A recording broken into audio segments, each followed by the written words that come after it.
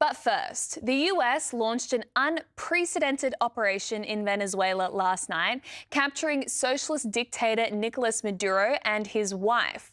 While Venezuelans were flooding the streets rejoicing, Western leftists, including here in Australia, launched nationwide rallies against the operation. Now, Holly, I find this so ironic. You've got the Venezuelan people themselves who are flooding the streets, celebrating that finally they've been liberated from this dictator. And then you've got lefties, including in our own country, saying, hands off Venezuela. This is US imperialism. How delusional can they get? Isn't it extraordinary that the professional protesters du jour, their little topic has changed? They've moved on from globalising the intifada to let's condemn the jailing of a narco-terrorist. I mean, these guys haven't met a dictator and a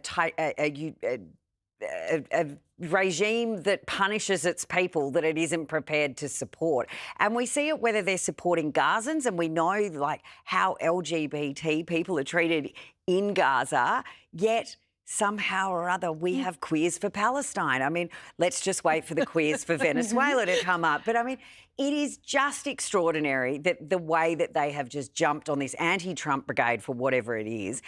I mean, look, it is extraordinary when you think of the international law around it and how that's going to be negotiated, but also the fact that there were arrest warrants in the US under narco-terrorism for Maduro, and they have what has been executed. And the Venezuelan population are rejoicing that this guy is gone, but they couldn't do anything about it themselves. And this is the irony right here. Biden had a $25 million arrest warrant out for Maduro, but no one ever did anything about it. Trump got in and he said, well, if you play games, you're going to find out exactly what happens to you. And the other irony is you've got leftists who've spent the last 2 years calling Trump a dictator, calling him this authoritarian, rigging elections, and now they're out marching for someone who is literally a dictator, literally runs over protesters, imprisons opposition leaders, suspends elections. I'm starting to be genuinely concerned at the mental gymnastics going on. These are the lefties who have spent the best part of 2025 holding up the No Kings protest sign. So no kings unless you are a complete dictator who, lets his country starve. Over 80% of Venezuelans live in poverty. Kids are eating out of garbage cans. A third of the population has had to flee the country. So unless you're that dictator, we stand right behind you. And already the hashtags of I stand with Venezuela.